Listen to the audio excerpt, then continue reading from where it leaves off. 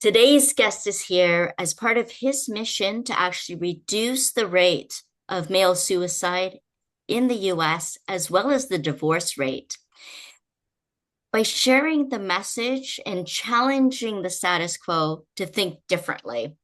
Drew Deraney believes that success happens when we find a better way and that we're actually willing to share it. As a caregiver family health coach, Drew provides a safe space for caregivers to learn how to tap into their natural power through self discovery to lead their lives, to write their story, and actually live the kind of life that they want to live. And today we're going to be exploring how to actually care for the caregiver. Drew, it is so wonderful to have you here on Awaken and Ascend. It is my pleasure to Oh, it's my feature you pleasure too, today. Jennifer. Thank you so much. It's really a mission of Awaken and Ascend actually to be able to elevate consciousness and to share in your passion, to really lead with passion. And the way that I see passion is when you break up the word, it's pass I on. That I is your soul's expression of what you're here to pass on in this lifetime. And Drew, caring for the caregiver is obviously a big part of that. It may or may not be what we thought our mission in life was to be a caregiver, and yet it's such an important role. And it's always also not fully who we are. So, how do you support people in being able to expand into a full expression of who they are through the kind of work that you do? And more importantly, what actually lit your path to get into this in the first place? That's a good question. Whether or not we're a caregiver, we should always be self-caring, and it's not something that we're taught. We are taught when we're young that we give, and which is fine. Giving is wonderful. It's the individual who does not know how to receive who ends up empty, right? Mm, And when you're empty and you give, it sometimes leads to resentment, and that's not a healthy way to live. mhm. So, in order to be able to be that giver, got to learn how to receive and balance it out, because the better off you are, the better off others are when you're caring for them. So that's how I attempt to allow the caregiver to feel that they're living a selfless life rather than a selfish life. Oh, fantastic. Yeah. Way I got here, I honestly believe my whole life I've been somebody who wanted to give, empathic. At first, it started out, when we're young, we're told life is linear, right? If we do Mm, A plus B plus C, D is going to happen. And I was born in '68, so in the late '60s, early '70s, boys were taught these are your professions, and girls were taught these are your professions. So mm, the boys' choices were doctor, lawyer, police officer, whatever those generic like jobs were. And I always wanted to be a doctor. I wanted to be a pediatrician, a children's doctor. I love children. And so that's where I initially started out what I wanted to do. And service was always part of that. You take care of people. And I soon grew out of that idea when physics wasn't my ball of my cup of tea in college. But I say that, but I say that a little bit in jest. But I really loved human behavior. I went into psychology instead. So the mhm. love of human behavior and then the love of numbers and how numbers tell a story. So I would love to do research and data and be able to tell a story and help people that way. So that's kind of where the whole piece started, because I ended up going into healthcare and really going on the non-clinical end, more of the first it was starting in the purchasing department, buying supplies and equipment for the staff and the caregivers who were caring for their patients.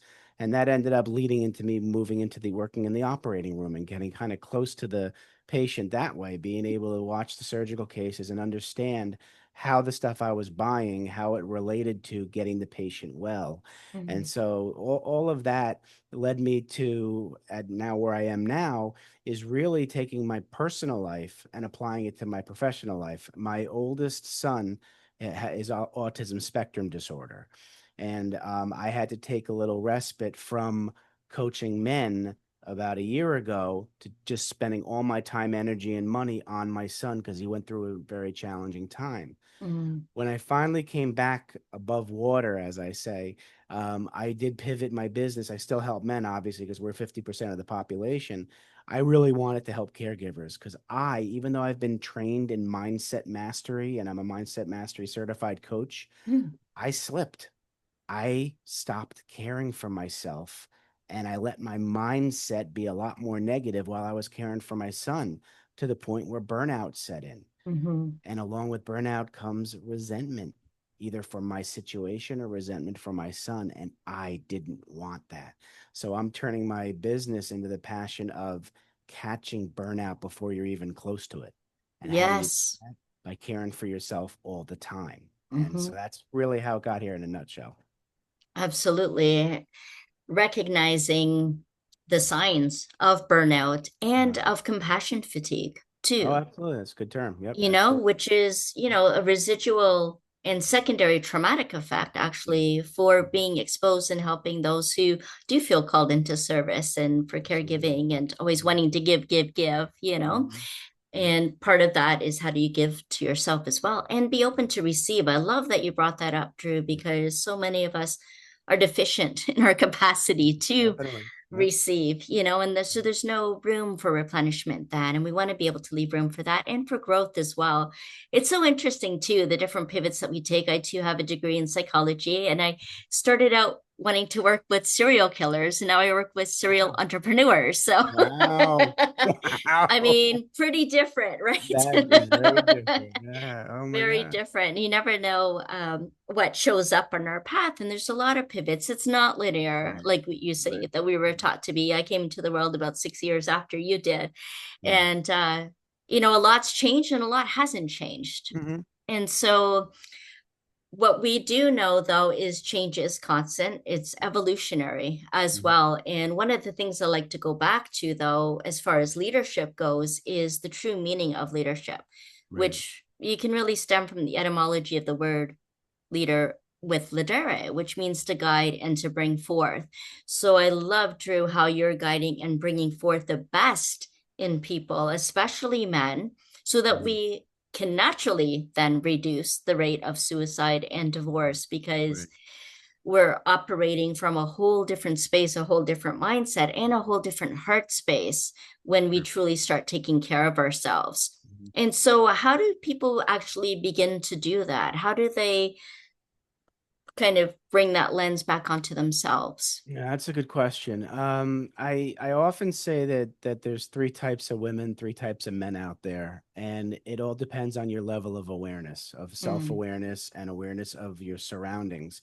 And I say that because when life stops being linear, there's it's an external circumstance that usually gets in the way of one of those letters, and and that external circumstance is adversity. And mm, when adversity hits, we either notice it or we don't.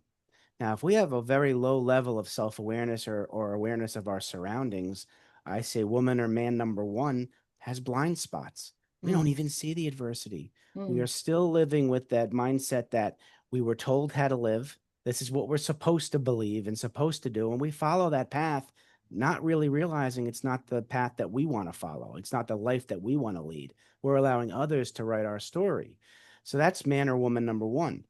Man or woman number two is the one who's got a little more heightened self awareness and awareness of the world because they see the adversity, yet they believe they're the victim, mm, right? It's not my fault. Everybody else is to blame. Life's doing it to me.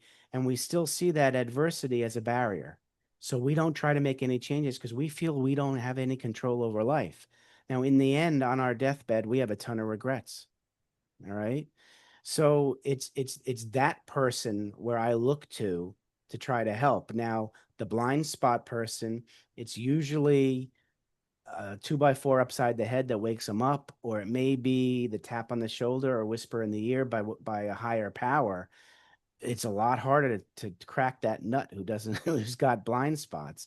But the one who says they're the victim, those are the people that you're able to work with because they usually see the past as having a lot of regrets. mm, And if you can work on forgiveness, of yourself for not having the tools at the time to make a different decision, or forgiveness of the people who perpetrated whatever they did to you to really make you regretful. Forgiveness can conquer regret any day, and that brings you closer to the present moment, you know. And also people who are victims and they live in the past, they then are fear the future because they think the future is going to be the same as the past was. They keep repeating the same behavior. And I work with those types of people to help them have a little faith that they can't do it alone. So have that higher power and desire to be something bigger than themselves. So find something you Hmm. desire and have faith in that, and that can get you out of the anxiety of the future. The most important place to be is the present moment. So the easiest person to help is man or woman number three, because they're the ones who see the adversity and they're sick and tired of being sick and tired. Hmm. So they on their own say, this is adversity is not a barrier, it's an opportunity to do something different, to change something in my life. And that takes some massive action and become stronger on the other side. Those people are easier to work with because they're the ones coming to you.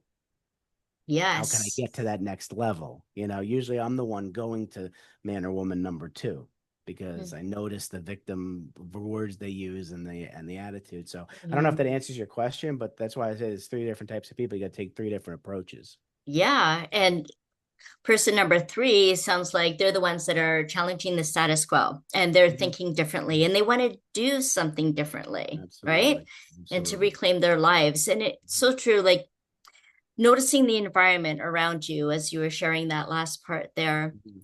And I remember when I was 10 years old and I was observing the world around me, and really feeling empathically what was going on and the Mhm. victimization that happens through that. And actually started writing a book at Okay. the age of 10 called Good for When you. Society Determines Your Destiny, Mhm. and writing about my observations and the notes. But that is the victimization when society determines your destiny, right? Like something's Absolutely. been done onto you. Mhm. Mhm. And 30 years after that, I actually published the book, but it wasn't called that. It was called Embrace Your Power, because that was the message that I wanted to share with people who Mhm. succumb to that idea that society determines your destiny. Embracing your power. And it was really a pilgrimage to your heartfelt priorities and desires. It was a Mhm. healing journal of self discovery. And I know you talk a lot about that too, about the journey of self discovery and self awareness Mhm. and being able to live the life that you actually want to live. And so, how do people find the courage to do that, Drew? How do they decide to challenge Mhm. that status quo and live the life that they want to live? Well, that's a good point. I'll start with a piece of data because I love how data tells a story. 85% of physical ailments are due to unaddressed internal stress.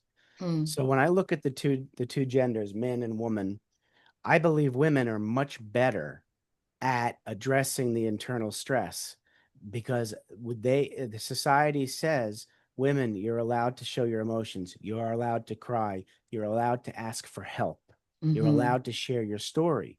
And so I believe women are then the much better at finding other women to go talk with.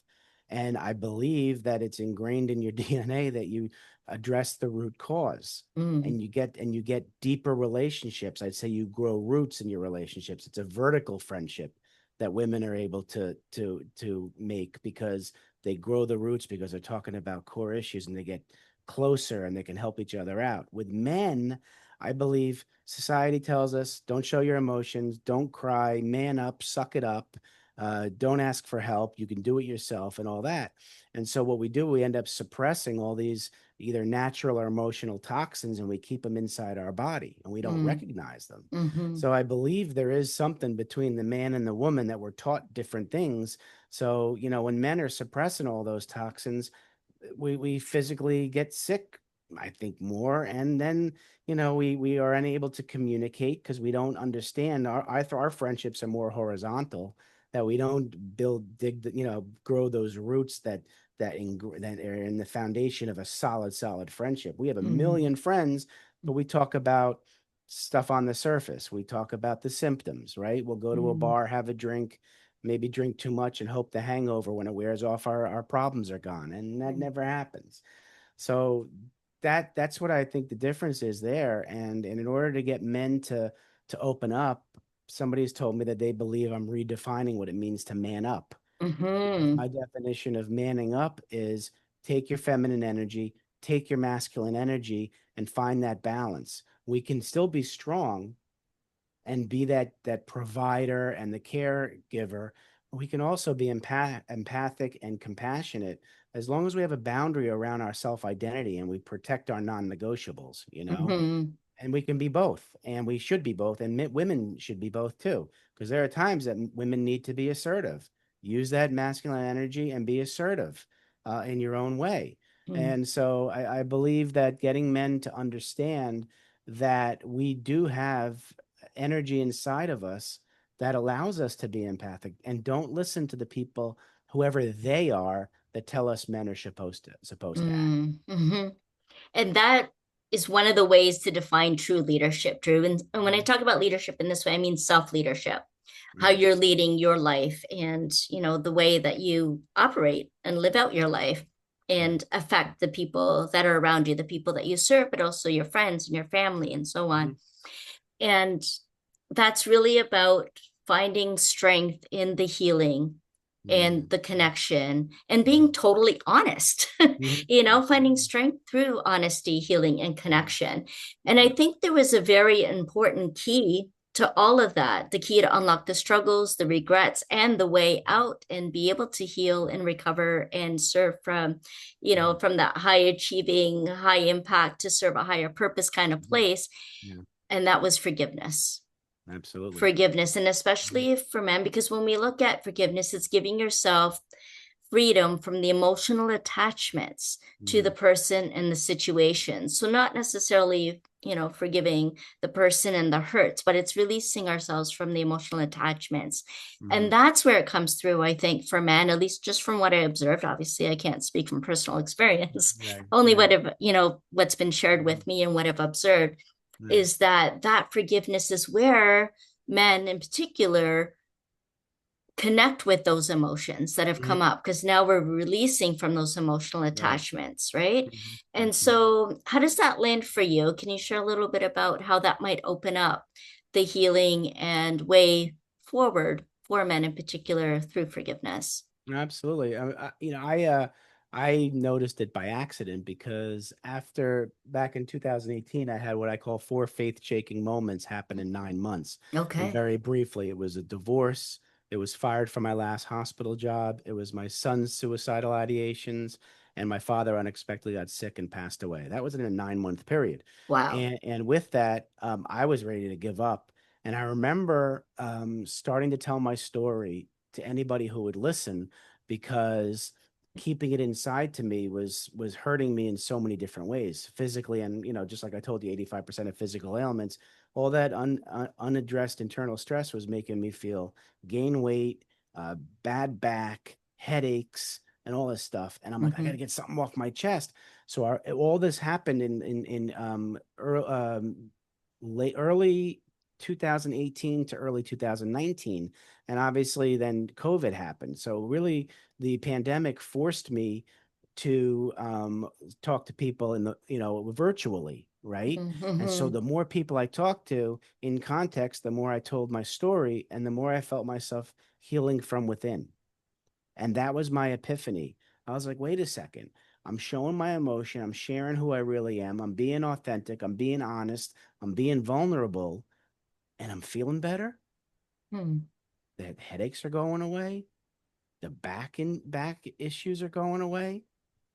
I'm starting to lose weight, get in better shape, and I'm feeling better by doing all that.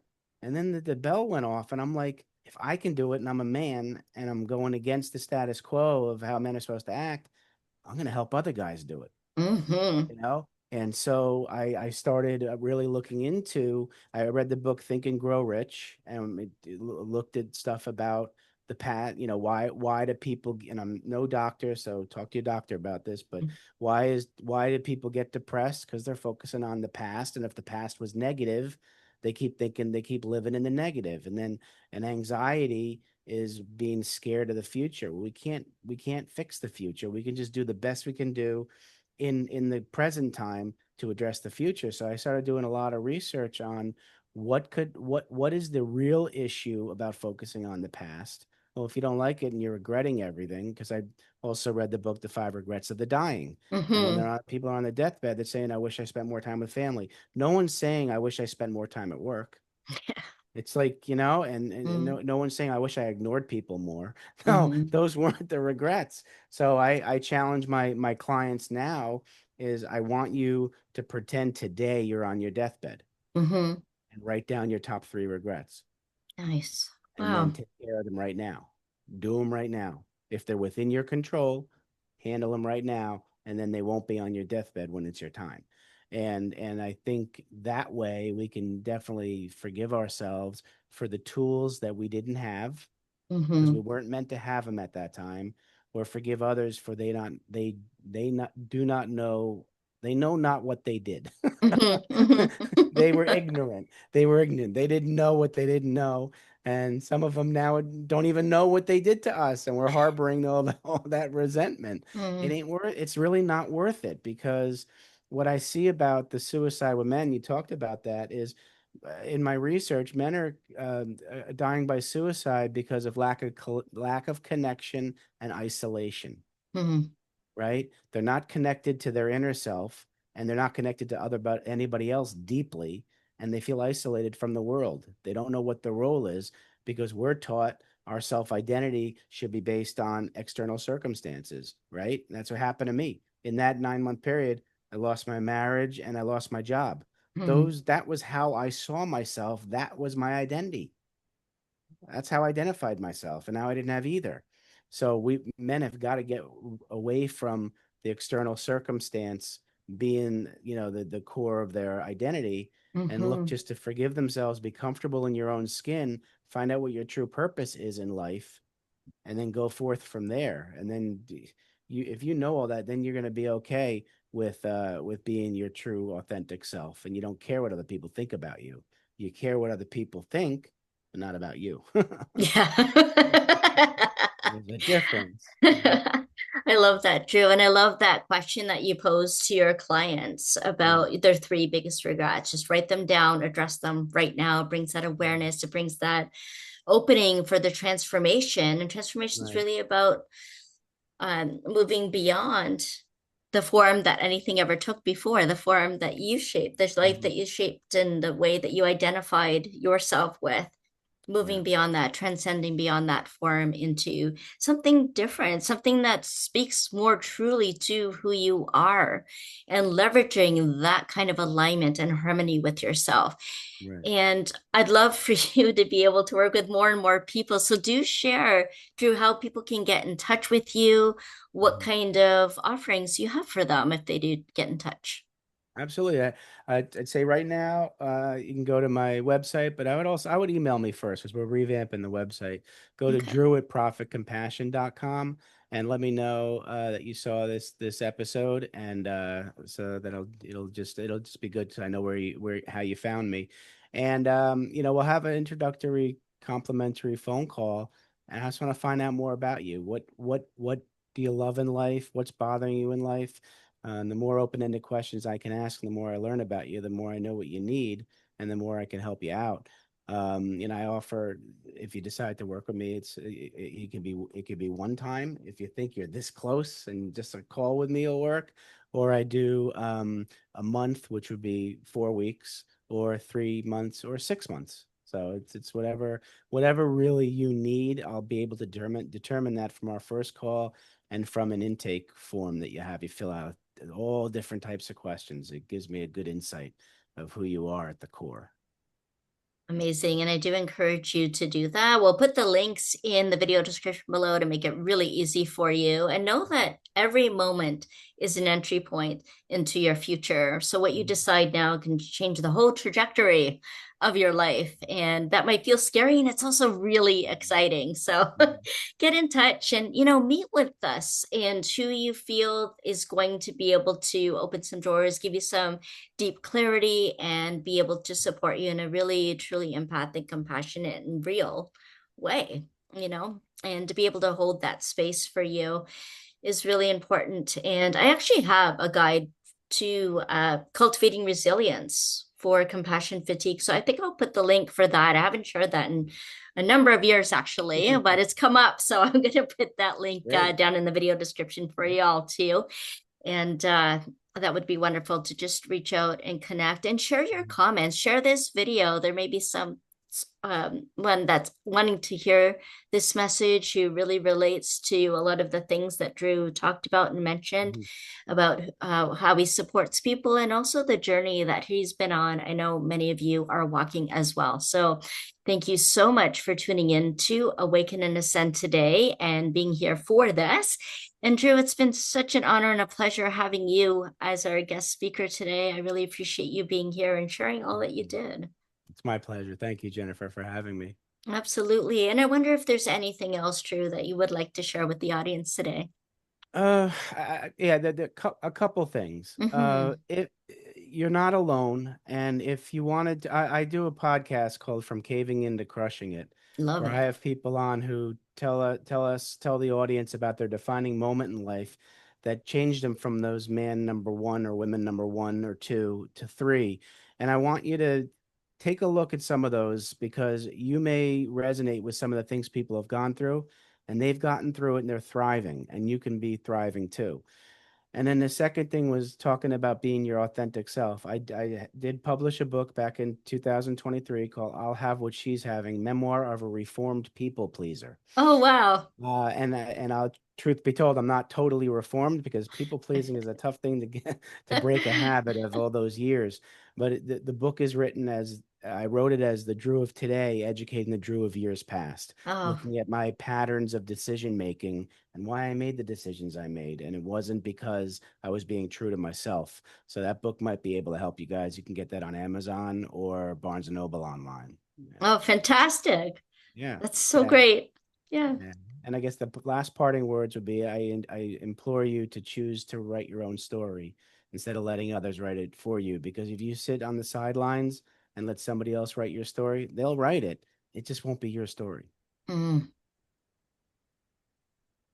beautiful. Amazing. So well said. Loved everything you shared, Drew. Thank you Thank you. all so much for joining us today on Awaken and Ascend.